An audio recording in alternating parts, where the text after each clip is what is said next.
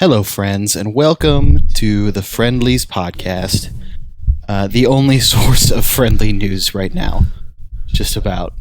I am Jack Peglow, and with me is my best friend, Rob Huang. Rob, you doing all right?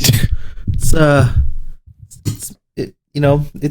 weird time to be here, but it's a weird time to be anywhere. Yeah, I figured if anything, maybe.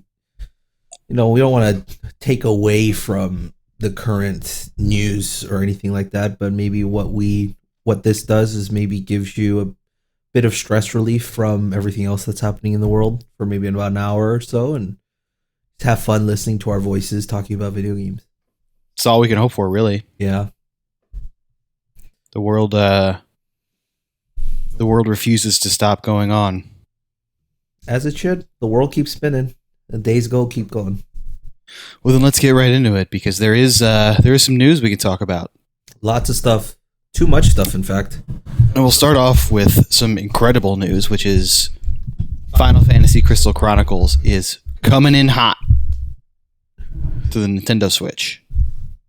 I don't know. I don't know about you, but personally, I like this version of just shadow dropping news on us once a week. You love a shadow drop.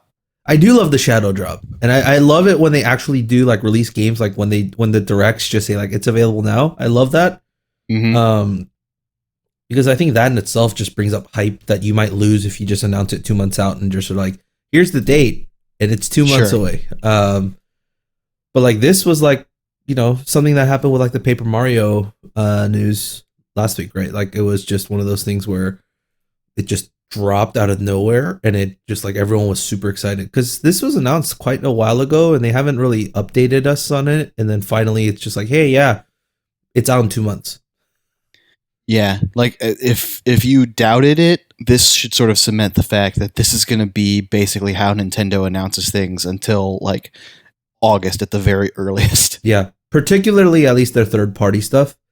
Right. Their first party stuff, I think they might take a little bit more time to do because they have the assets, right, that they can take their time in building maybe a more significant video. But with the third party stuff, it's Square Enix probably hey, yeah, you can announce it, here's the stuff, just drop it whenever. Right. And that's what they're doing. So August 27th, Crystal Chronicles Remastered, which will have online co-op, which is very important. That game is so necessary to have online, and it's almost impossible to beat by yourself. Yeah. So yeah, I'm excited because Sony can't bumble up what the online experience is like. They're pretty good with their online integration. So I'm excited. I have a bunch of friends that are excited for this game. Are you gonna be playing this game too? Oh yeah, yeah. So big time. We need some sacrifices made by our friends to be our crystal carrier. That's right. Who of you is so bold? Just DM us if you want to take on that role. Slide in. Moving right along, less good news. Bandai Namco has officially put the kibosh on all of its world tours, which includes Tekken, Soul Calibur, and Dragon Ball FighterZ. To be expected, but still sucks to see. Yeah, it's. I think it's for me. I just expect all of these to have already been canceled. It's just weird to me to hear it now that things are now getting canceled. Does that make sense? Yeah, honestly, I was surprised that they hadn't officially been canceled yet. Yeah. So it goes. This is sort of an interesting news bit. We'll just go ahead and detail what's going on. PlayStation 5 compatibility will become a requirement for games submitted for certification by the beginning the 13th of July. So that means like games that are being developed, that are being submitted to Sony to be like, this is a game we want to be on PlayStation 5 or to be on a PlayStation platform. As of the 13th of July, will have to be capable of running on a PS5, even if they're primarily going to be like a PS4 game. Yeah, so this actually gives me hope for, after reading this, about the what does Microsoft call it? The delivery, smart delivery. Smart delivery. Yeah, it gives me hope that Sony actually has something planned in some degree or form of it. Right.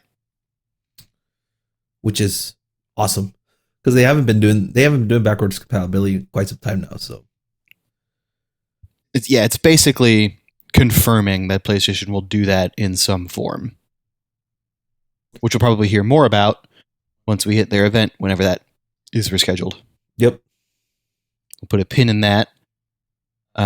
Something else we're going to have to put a pin in is that Destiny things are starting to happen again. The current season of Destiny 2 is coming to a close, which means new big story things are coming.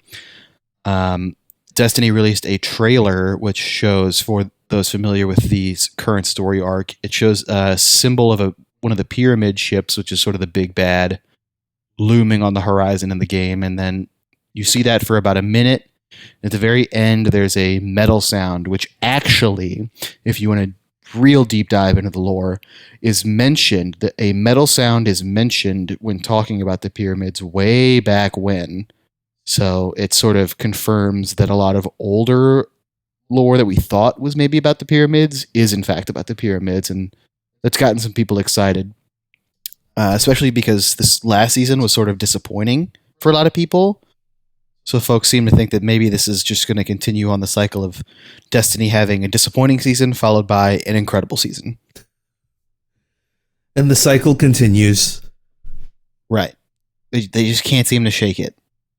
There's also been sort of a leaked trailer that was leaked on Instagram that shows what looks like a hunter sort of walking through a snow, looks like on a mountain peak, and then at the very end you see that it's Eris Morn, and she starts sort of producing something from her hand, and then it cuts away. So if that's to be believed as genuine, this somehow involves Eris Morn.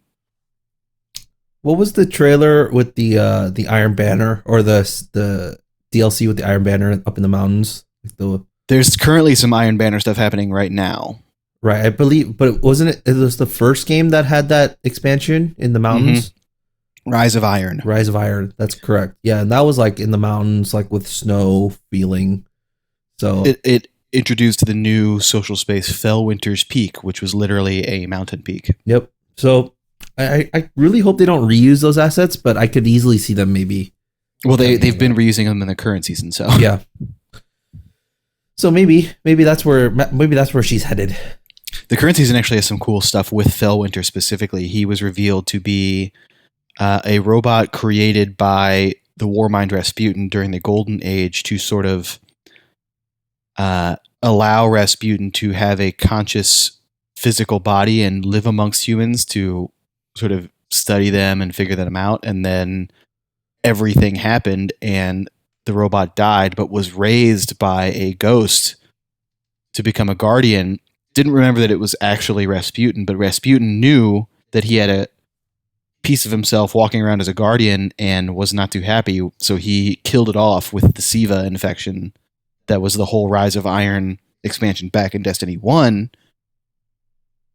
And it sort of tied all that together in a neat bow. It's crazy what Bungie does with like the lore and how much like they keep track of everything. They actually might I will stand to this day and forevermore Destiny lore. It is insane. Yeah. They actually might be the best game company in terms of building out a universe like from the ground up, and with like all of like the underlying things and keeping track of it. And then just like hearkening back to it, and then even like even the shallowest of fans can be like, holy crap, that was cool, and like the old time fans are like, holy crap, I can't believe they used like that one liner from that one card they found, and they like developed it into this. So we stand.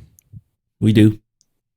Speaking of standing, Last of Us 2 had a partial embargo lifted. Basically, it's not reviews, but journalists were allowed to start posting impressions on certain parts of the game, and they are almost overwhelmingly positive. And this even comes from people who either like loved the first game but didn't want a sequel, maybe weren't super keen on the first game, or a lot of people that sort of read the leaks that came out and were turned off by the game. They seem to have all been wowed. And I say wowed because they are extremely positive, these impressions. Are you not entertained? Like, are you not? How is anyone surprised by this? Like, it's almost like, and you and I have both said this on multiple previous podcasts, it's almost like when you take a plot leak out of context, it can look bad, but when you see it in the grand scope of everything else going on, it's a good thing. It just makes me laugh so hard that you like put this team in doubt. Right? Like the team at Naughty Dog is just, they're, in terms of storytelling, they're just superb. And I mean, you and I are both excited for this game, and this just cements the fact that, you know, you and I just need to keep working on this podcast and gain some, so that maybe in the long term we could be reviewers and telling people what our initial impressions of it is, and maybe balance out the narrative a bit. Basically, what Rob is trying to say is that we are incredibly smart, also very handsome, and you should always listen to us. Yep. Speaking of Naughty Dog, Naughty Dog's staple Nolan North was announced this week to be hosting the Future Game Show 2020 with fellow Naughty Dog staple Emily Rose. You'll recognize both of them from the Uncharted games specifically. Yep. They're hosting the Future Game Show 2020, like I said, which will, and I'll read from this Gematsu article, feature exclusives, deep dives, developer interviews, and roundtables from companies such as Curve Digital, Deep Silver, who, as an aside, is in like 3 new games shows. They must have a lot of games that they need to talk about. Devolver Digital, Hi-Res Studios, Merge Games, Raw Fury, Red Thread Games, Square Enix, Team 17, Team Kill Media, Tiny Build, and Walkabout Games.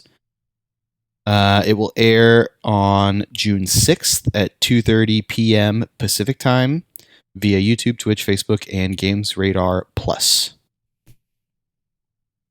Get hype. I'm excited.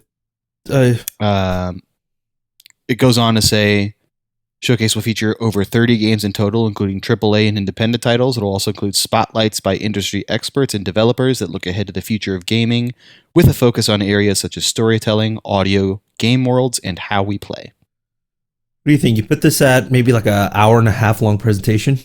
30 games is a lot. Yeah, I think it's got to be at like over an hour for sure. Yeah.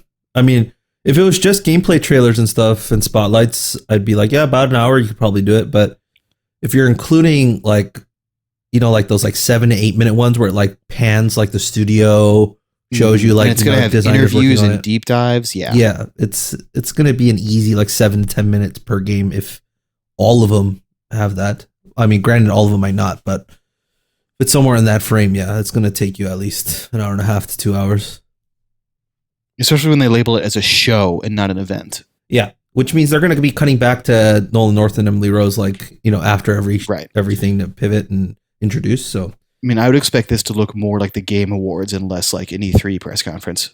Mm-hmm. Or I think the other E3 conference I can think of is maybe Ubisoft's, because they usually have like an MC out there, right? Sure. And they like kind of, you know, hype up the game, then they introduce the next one and they move on. Mm-hmm. That's the one I can think of. But yeah, I totally agree. It'll be one of those type of molds. Speaking of game shows, Sega announced that they'll be teasing something, or they didn't announce. They teased that there would be a big Sonic announcement at the Digital Games Show, which is coming up soon too. But there's another big thing about the Digital Games Fest that is rumored to be happening with Sega and possibly Microsoft, which is real juicy. If rumors are to be believed, Sega and Microsoft may be teaming up to market the Xbox Series X as the Sega Series X in Japan. I guess I won't be buying a Microsoft Series X. I will be buying a Sega Series X. It's like wanting. It's pretty big. It's like wanting like the Famicom, right? Like, you know, when the SNES like classic came out, like I didn't want I mean, personally for me, I have more attachment to the Famicom because it's more reminiscent of the one I played with at my cousin's place when I was growing up versus the SNES, and just having the Sega name on it. Bring back our Dreamcast, Sega CD, or Genesis, you know. But yeah, if this is true, holy crap, that's big time. Yeah, you haven't. When's the last time like a big company like this has tried to rebrand with another company to like get more sold? Like the only thing I can think of is, remember when they did like that Panasonic GameCube? Yeah, that's a deep pull. Yeah, but that's like the only one I can think of where it's like you team up with another company in order to sell or to get to a broader audience. Sure. Because you rarely see that anymore because you want your brand name attached to it if it sells well. So, I mean, this just illustrates how poorly Xbox sells in Japan. Yeah. I mean, that's really what this boils down to. Yeah. Yeah. And the Japanese are more worried about their games in that market, man. And there's just the games on the PlayStation are just superior at this point in terms of first party stuff. So. I don't disagree. But that'll about do it for news. Light on the news this week. Yeah, some quick hitters. I mean, we are recording on Monday too, so if we had decided maybe to stick to like our regular Tuesday or Wednesday recording schedule, who knows? Maybe we'll get like Metroid Prime Trilogy announced tomorrow. The way that things are going, I doubt it. But yeah, I mean, we're gonna say that now, and something absolutely massive is gonna come out tomorrow. Yep, that's how it's been every time we've recorded. Yeah. Not super massive, but there's been like, dang it, if we just waited, we could have talked about that. Such is life. Yep. It keeps on rolling. Speaking of keep on rolling, what are you rolling with in your gaming life these days? Well, first, I'm rolling a soccer ball into the net and playing a lot more FIFA these days. Attaboy. It's just an easy sports game to like dive into. Any of the sports games are just something to dive into without really stressing over thinking about it. Just playing a career mode of buying and selling players and making my team and so on. So I feel you. I mean, that's me with Animal Crossing. You log in, you do your daily chores. It's catharsis. Pretty mindless. And then of course we'll talk about it later, but Xenoblade. Oh baby. Whew. It's here. It's finally here. This has been what, 3 days now? Friday, Saturday, Sunday. Yeah. 4 days. This is day 4. Good times. Like we said, we'll talk about that in a little bit. Yeah. Is that it for you? FIFA, Xenoblade? I mean, Xenoblade is taking up a big part of my gaming schedule too, so I understand. Yeah, I think it's mostly Xenoblade and then like sporadically FIFA. Yep. Just to like for a change of pace. You know, I don't think I can dive. I still need to finish Control because like I started it, but I just know that because 18 days from now I'm going to be playing The Last of Us.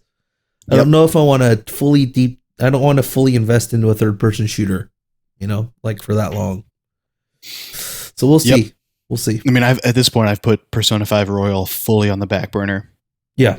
Because you have Xenoblade. Right. Exactly. But that's it. That's all we're playing. So that unfortunately moves us on to round 1. Round 1. And I say unfortunately because we're gonna address it. It's sort of the elephant in the room. There's a lot of stuff going on in the world right now that's not too great. And obviously it's sort of tough to talk about. I said this on Twitter. Like I don't even know if I'm sort of the right person to be talking about it even at all. Mm-hmm.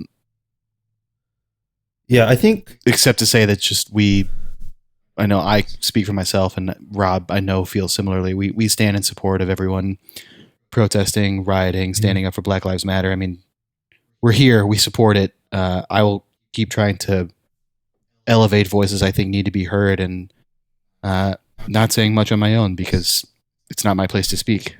Yeah, I think one of the biggest nuances that's missed when people talk about this current situation is, with police brutality, with Black Lives Matter, is if you don't know what to say, I think that alone is something you can say, right? I think Sure. people I think are afraid that they might say the wrong thing or whatnot, but I think the bigger thing to hold yourself accountable for here is your willingness to listen and your willingness to learn. If you don't know how to feel about this or you don't have enough information about it, then go out and educate yourself about it. Right. If you say something and people are telling you that was wrong, then get the explanation of why it was wrong and self-reflect and figure out where you came from that it either offended or was just flat out wrong to begin with, and adjust yourself accordingly. I think your willingness to learn here is probably the biggest asset to figuring out your own opinions about this. I mean, that's where a lot of people slip up, right? Especially when you're dealing with communication via the internet. Mm-hmm. Like if someone contradicts something you say, or even just says like, hey man, like maybe rephrase, like it's so easy to read that and get upset and think you're being attacked, when the correct reaction is, like you said, like maybe it's, instead of reading that and getting upset, you should read that and think like, interested, like, okay, I could have done that better. How? Mm-hmm. Yeah.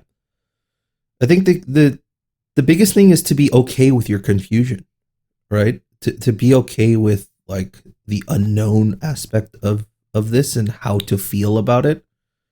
I think that's way better than like those people that you see on social media that have a blatant disregard for everything that's happening and are just posting up pictures of how great their lunch was yesterday or what it was like being on the golf course, yesterday. Like it's so much more, you're so much more willing to talk to someone and be less antagonistic towards someone who's willing to learn and to be like, I don't know how to feel about this. Like, can someone like teach me the history behind it? Teach me the, show me what I'm supposed to be feeling here. And that's not to say that you can't post anything besides support. Like, right. There's definitely room. Like we even said this at the beginning of this podcast, there's room for distraction is maybe the wrong word, but there's room for levity. Like if you want to post something that you think is nice, that like maybe brightens someone's day that needs it, that's fine. Like don't feel like you can't do that. Right. But if you're going to do that, maybe acknowledge the fact that like you don't know what all to say about this. Don't just act like nothing is going on. Yeah, exactly. But to bring this back around to the topic that we cover, which is video games, I figured it might be good to sort of highlight some good that's going on in all of this. Like I said, to bring some levity to the situation, maybe brighten some of it. So I went through and sort of looked around to see how people in this space are supporting what's going on. Yeah. It was easy to find a lot of esports teams that have put out statements in support of things. I saw notably like Optic, Ninjas in Pajamas, FaZe Clan, Envy, Luminosity, E United, Evil Geniuses, 100 Thieves. Those are the big ones that I saw put out statements in support and or donations. Specifically, Envy and Hastro, who is the team owner, have been doing quite a lot in the Dallas area. He offered up their team HQ to help with cleanup efforts or support if people needed somewhere to go. That's really cool to see.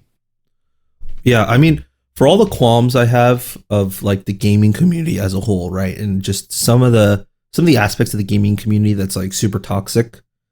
Oh yeah. Despite that, when it comes to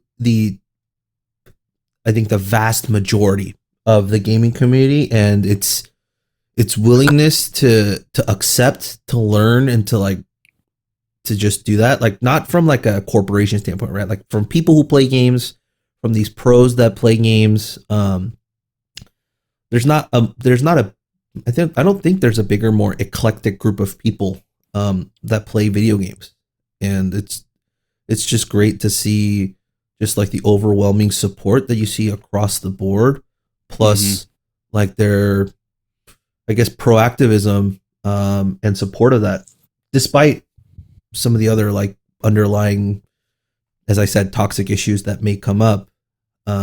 Just like the general conversation in light of it is just, I think it's very healthy. Totally. And also, one of the few corporations I've actually seen post even something a little bit, and this really surprised me. The official Pokemon account tweeted out a GIF of their current anime season of Ash and an African American character just fist bumping, and they did it with a brown heart, which is about as much as they can do, probably. Yeah, it's hard, especially with a company as big as Nintendo, as big as Pokemon. You really don't see a lot of strong messages from either of them, especially because they're not American companies. Yep.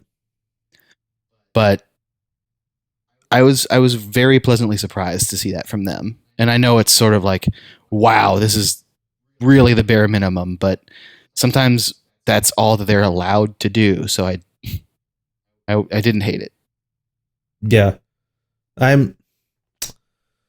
It's like that sucks, but like at least that means someone in the company made an effort to do something. Right? Yeah. I think that's the thing that gets lost in this, is like, wow, that's all they decided to do. And it's like, yeah, and I get that sentiment 100%. They can always do more. I choose to sort of be, because I'm an eternal optimist. So yeah, you can interpret it that way, but I choose to sort of interpret it the reverse, like you said. Like, yeah, they could have done more, but I think also this was probably hard for them to do at all. Mm-hmm.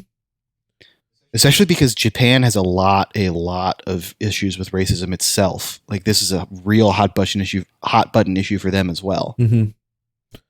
Yeah. So just from a legal standpoint alone, like there's so many things that they'd had to probably check with their legal teams and be like, hey, is this something that's going to get us countersued or like sued? You know, like what are the legal hurdles? Like are we showing off like a standpoint or like a political argument here by doing this? Like, you know, from a total like PR standpoint, like they probably went through all of those hurdles, and this is what they came by and what they were comfortable with.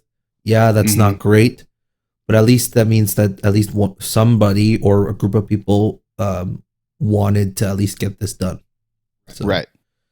That in itself, I think, is a net positive, even though it's just maybe just a small positive that maybe just puts us in the right direction. And sometimes, I mean, if that's all you can give, I mean, that's all we can hope for. And every little bit like that adds up. Mm-hmm. So we'll finish this sort of topic, this round, with just an expression of solidarity and hopefulness and just, you know, peace and love, baby. That's all we want. Things to get better, things to improve, and people to be safe. Yep. Totally agree.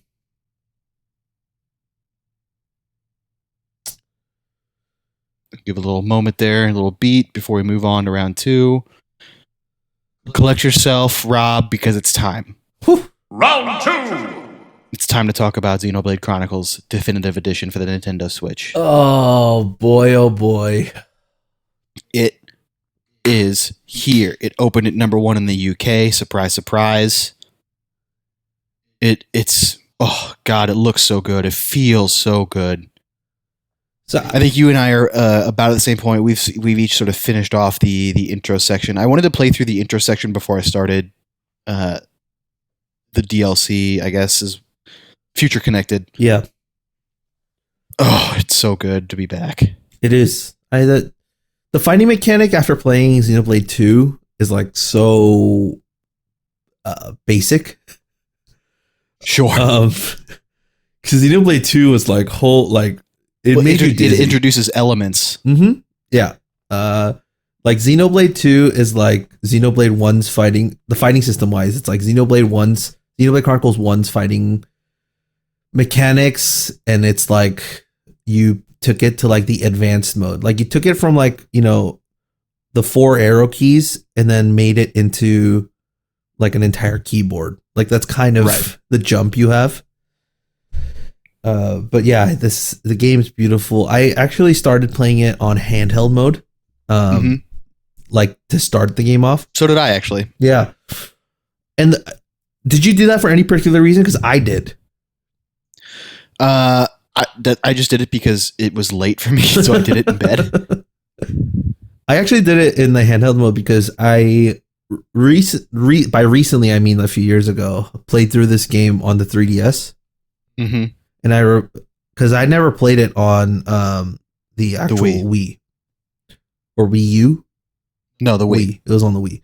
Yeah, so I never played on the Wii, so I played it on the 3DS, and just to get a feel and comparison difference for me, I just played it on handheld for a while, and like even then there was just such a big gap between the two, and then I recently just docked it in today before we started recording when I was playing for about an hour, and I just plugged it in. It was like after that entire initial sequence, and I'm like just leaving the colony with Ryan. And like I just entered into that cave. Like that's where basically I am, and I just docked it to like run around in it. It's just like the game's so smooth. Oh, like it's not the game, like the barriers, like everything, the movement that you have is just not stocky anymore. And it's just so much smoother. Man, they did a real good job. They really did remastering this game. And not only does it look good, but like a lot of the additions they made to like all the new tutorials, the new sort of sequence of the introduction, introducing the combat a little bit more fluidly. It's so much better than it was in the original, and it's really a big improvement to people that are going to be new to the series. Yep. I can't be glowing enough about how good it is. Yeah, the menu is super easy to navigate now. Even the quests and setting the quests are like so much easier. Oh boy, the things that they added to the menus too, the compendium, the item compendium. I mean, that is just like, it's like candy for me. Yeah, and all of the new customization you can do with your armor, it's like giving me a playground. Yeah, that's one of the cooler parts is like having your armor set, and then like you do your like visual set, and then just now, like right before we started recording, like I cleared out what the armor, like what the visual set looked like, and I just like made it look like whatever armor I was wearing. I was like, oh my god, that's hideous. Yeah. But yeah, so like that's why you can like double down on this and like, change your character outfit like as you go, and you collect more and more of these like the visual items. And so it's such a good player friendly move to just make transmog available from the jump. And I wish more people would do that. Yeah, because a lot of games that have it, you don't really unlock it until the end. Yeah, they want you to play with a certain aesthetic, and I get it, but I'm all for giving it to people from the jump. I mean, I don't know if there's anything more that we can say about this game. Like it was so well remade. The game plays so smoothly, and the characters are just as lovely as I remember them to be. So much character. And the only thing that we can say is play it. Pretty much. Play it. Man, do you think you're going to... How long do you think you're going to need in order to beat it? Oh, easily over 100 hours. Easily. Right. You think This is a hard thing to do. You're definitely not going to be able to beat it by the time Last of Us comes around. No. Do you think you'll have it beat by the time Ghost of Tsushima comes around? Possible. Because that's what, another month and a half from now, right? Possible. So that's possible, but not probable. Not yet. Yeah. Yeah, I think that's kind of where I stand. This is going to take me like a good 2 months to play this game, which is great. All things considered, since we're still in shelter in place. Right. But, play it. Please do. That brings us to our final round, round 3. Round 3. It's no longer happening this week, but the PlayStation event is still happening. They've delayed it due to everything happening, which is the correct move.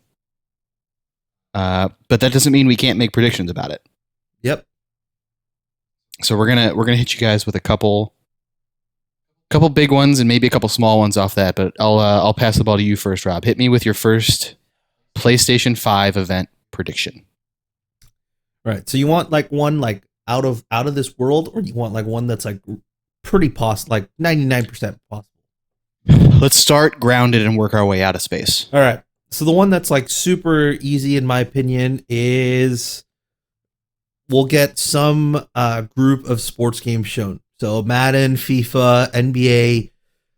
My thing is Xbox did not show either NBA or PGA. They've actually 2K has actually done some more work with the PlayStation than they have done with Xbox over the last few years. So I'm thinking we get our first looks into the new NBA and the PGA Tour game on here with probably some like exclusive PlayStation stuff for the PGA. Yep. I'd be all in on that. I was actually going to say Madden probably won't be there because they were supposed to have their own reveal that got delayed as well. Yeah, I could totally see that. Yeah.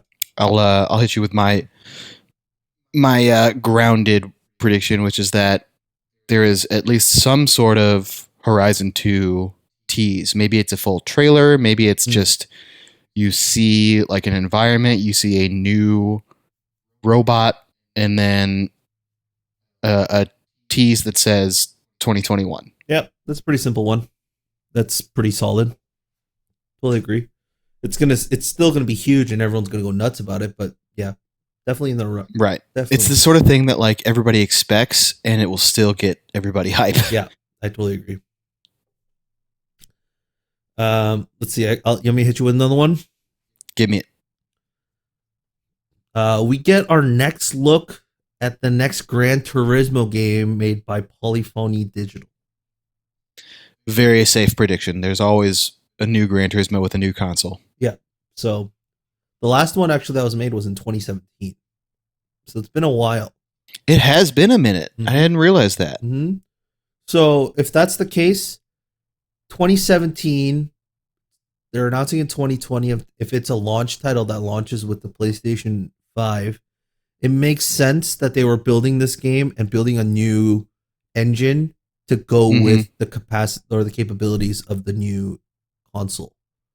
Because that's Gran Turismo's whole thing is they're like the realism and they're like the showcase game for the PlayStation a lot of times. Totally. So yep, definitely think that's on the cards. Moving into third party territory for my next one.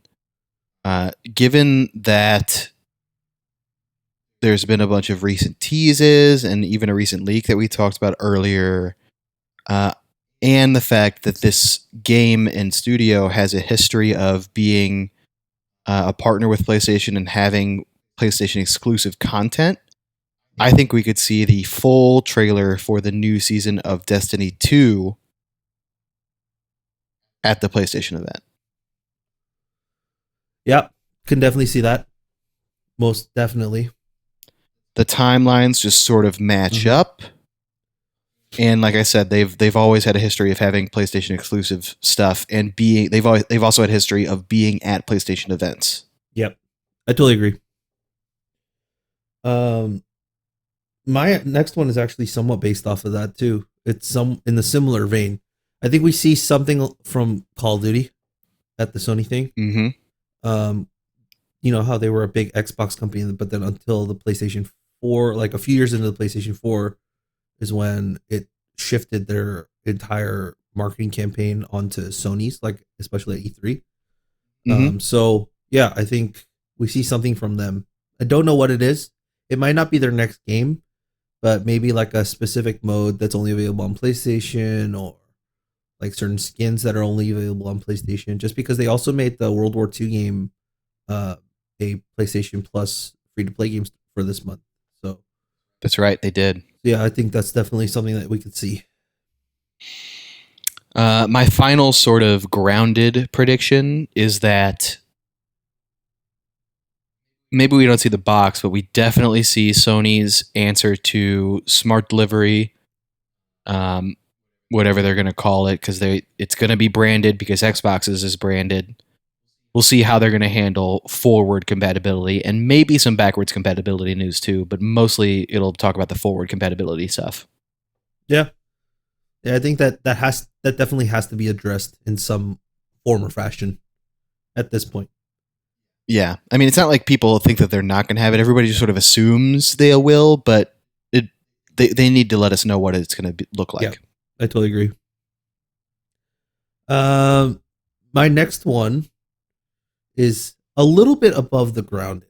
It's like now we're getting out there. Yeah, it's like now we're cooking. Yeah, it's like we're like at airplane like cruising altitude. Like we're not at SpaceX, but we're in the air a little bit. All right, give it to me. Media Molecule shows off Dreams on the PlayStation 5, along with a launch title. Drum roll. Little Big Planet 4. That would be. I loved Little Big Planet. Loved Little Big Planet games. Yeah, I think that's definitely like the last Little Big Planet was 2014. Little Big Planet 3. And considering how much they still use Sackboy in their marketing, yep. I mean, it's obvious they still have that series in mind. Yep. So yeah, I mean the note here is that Little Big Planet 3 was developed by Sumo Digital, with Media Molecule being a contributor in the early stages of development. I think with the Dreams engine that you have now, you could easily go off of that and maybe with another developer have been developing that type of family-friendly game to launch with the console. Sure. And there has to be some sort of PS5 support, whether it's just booting it forward to the PlayStation 5, but they wouldn't spend all that time creating the engine for Dreams and leaving it behind. So yeah. Yep. I'm right there with you. Yep. My next prediction is going to take us fully into space. Are you ready for this? Launch us.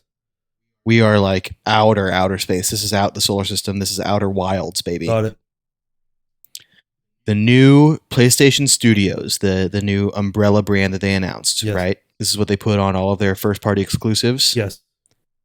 There will be an announcement that part of PlayStation Studios will be a PlayStation version of Virtual Console, where you will be able to play all of the old PlayStation exclusive titles. Wow. Like how far? We're talking the Jack and Daxters. We're talking Sly Coopers. Like how far are you going?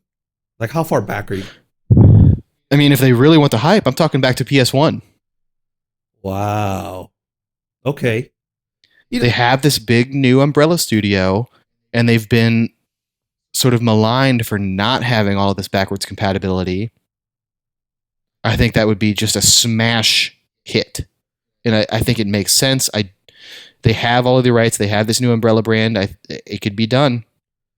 You know, it actually wouldn't even be that difficult as well, because the PlayStation Vita had a bunch of, and the PlayStation 3 had PlayStation Classics that you can play, right? Or even on the PlayStation 4, like you have the PlayStation Classics that you can download and play. So yeah, if you add to that catalog and just bring that forward, why not? Make it part of the PS Plus experience. Yeah. Or even make it part of the PS Now experience and bundle that and sell it.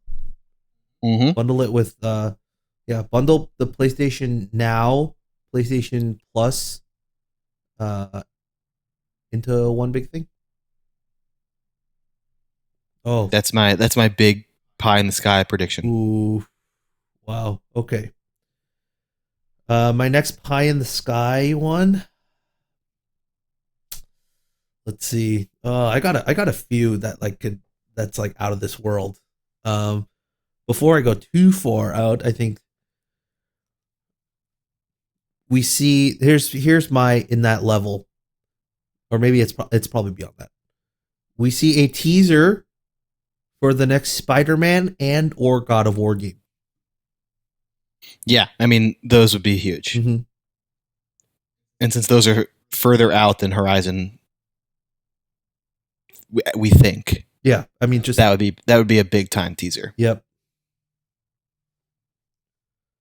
Totally it would make sense. Like, that's the thing about these pie in the sky things, is they have to at least make a little bit of sense, or else what are we doing? Right.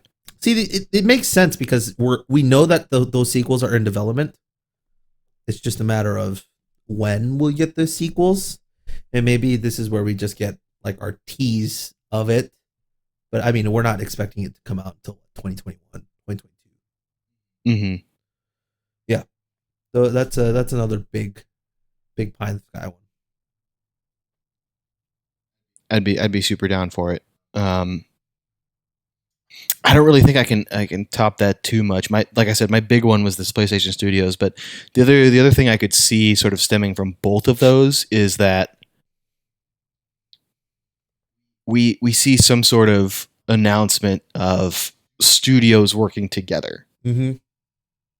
So under this umbrella that they have now with PlayStation Studios, we see that like Guerrilla is working with Sony Santa Monica or with Media Molecule, something like that, to like make these new games even better on the PlayStation 5, which is a cool thing to announce. It doesn't necessarily bring as much hype because it's not seeing a new game, but I'd be really interested to see something like that. Yeah. How this new umbrella brand allows them to work together. Mm-hmm. Like, I can definitely see that.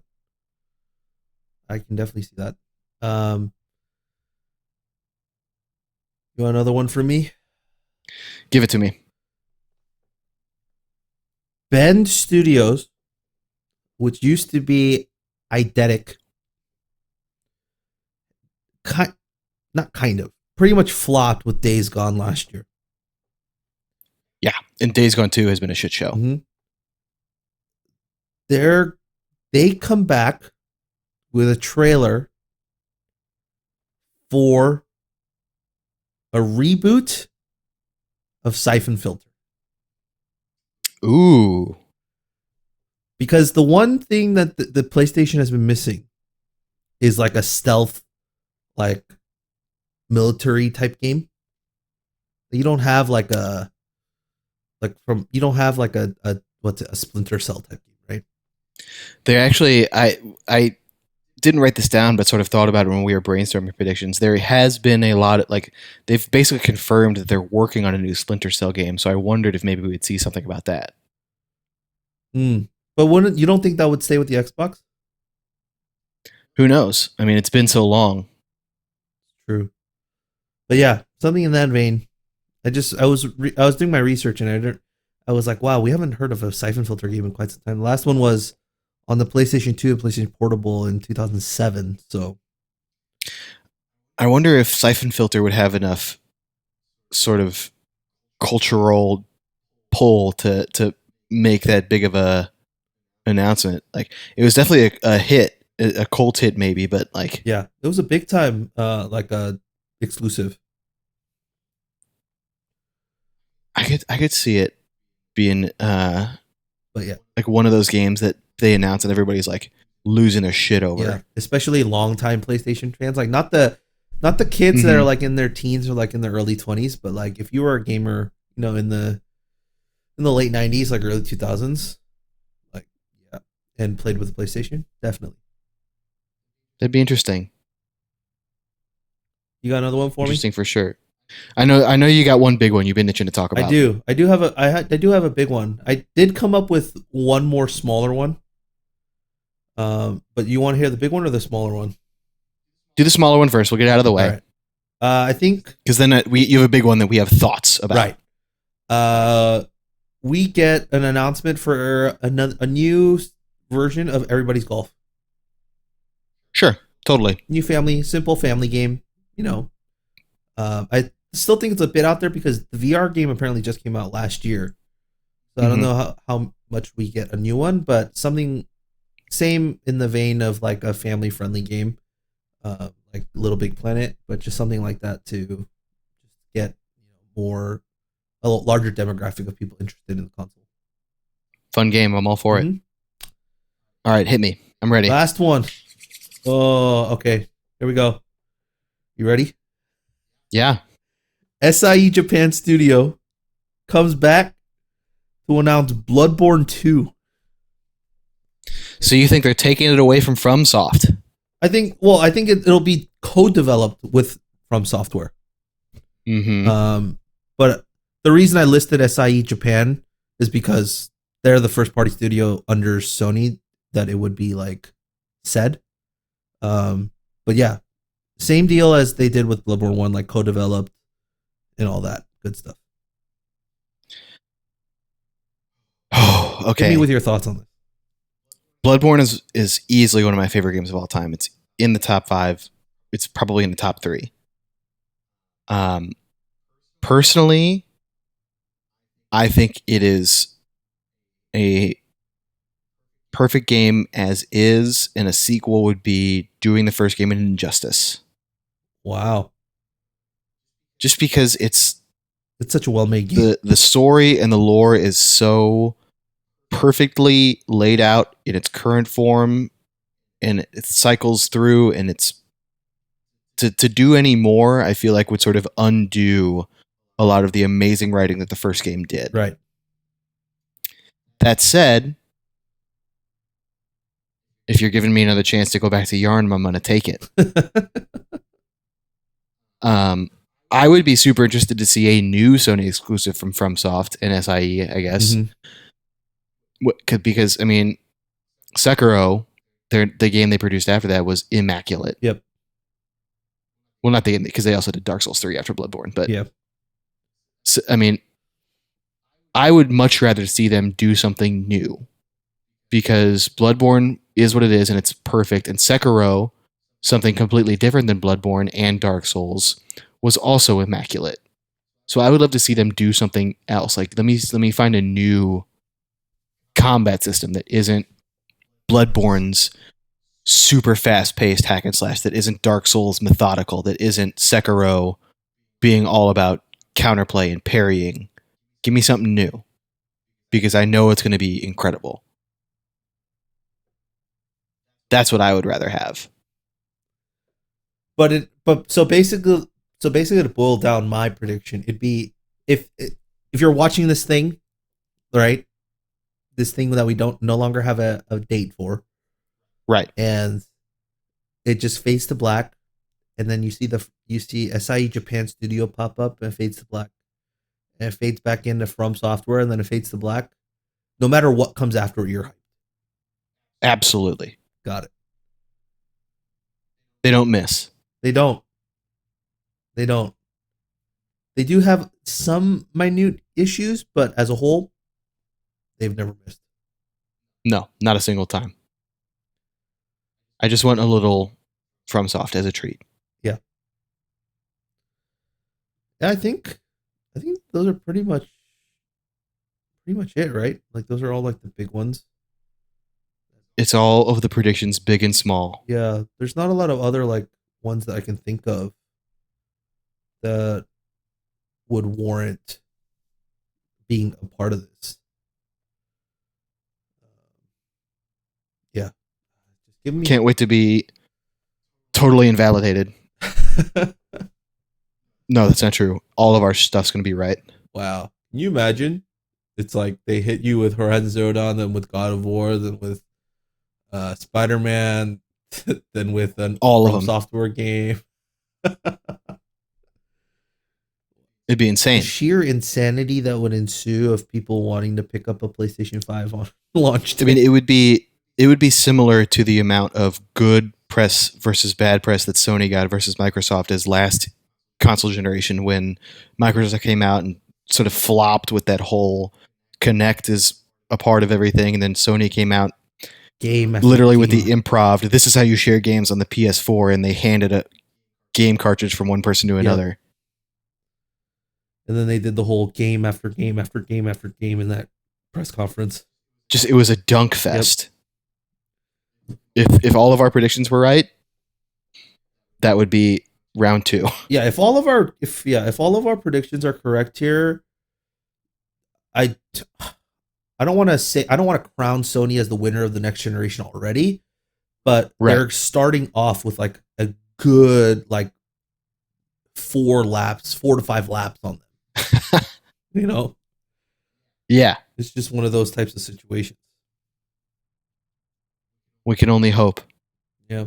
As we said, we don't know when this... Because that's, I mean, when I say that we can only hope, it's not that we hope that Xbox does poorly. It's just that, like, all of that would be dope. Yep.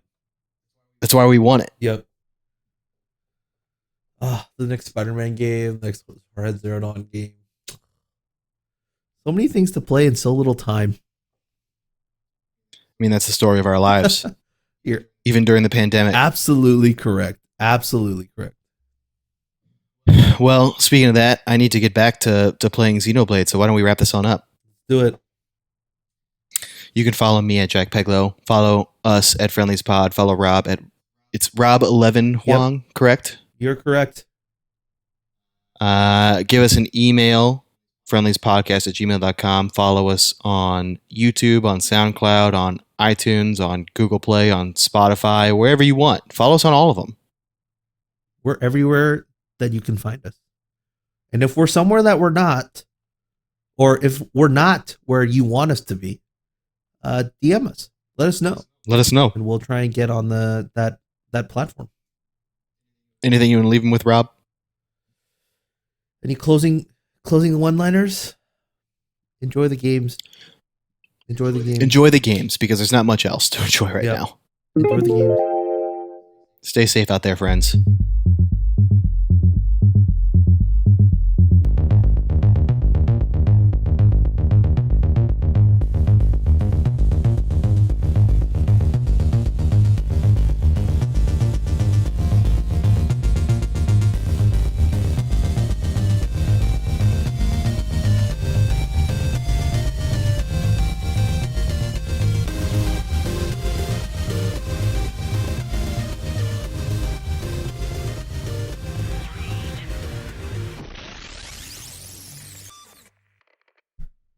R.I.P. Dreamcast.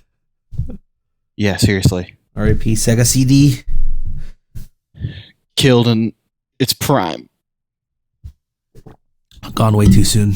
Did you ever play that Sonic Mario Party game? The Sonic Mario Party game? Yeah, there was a Sonic game that was in the Mario Party formula. I had no idea that even existed. Like little mini games and shit. Oh, that's awesome. Gone way too soon.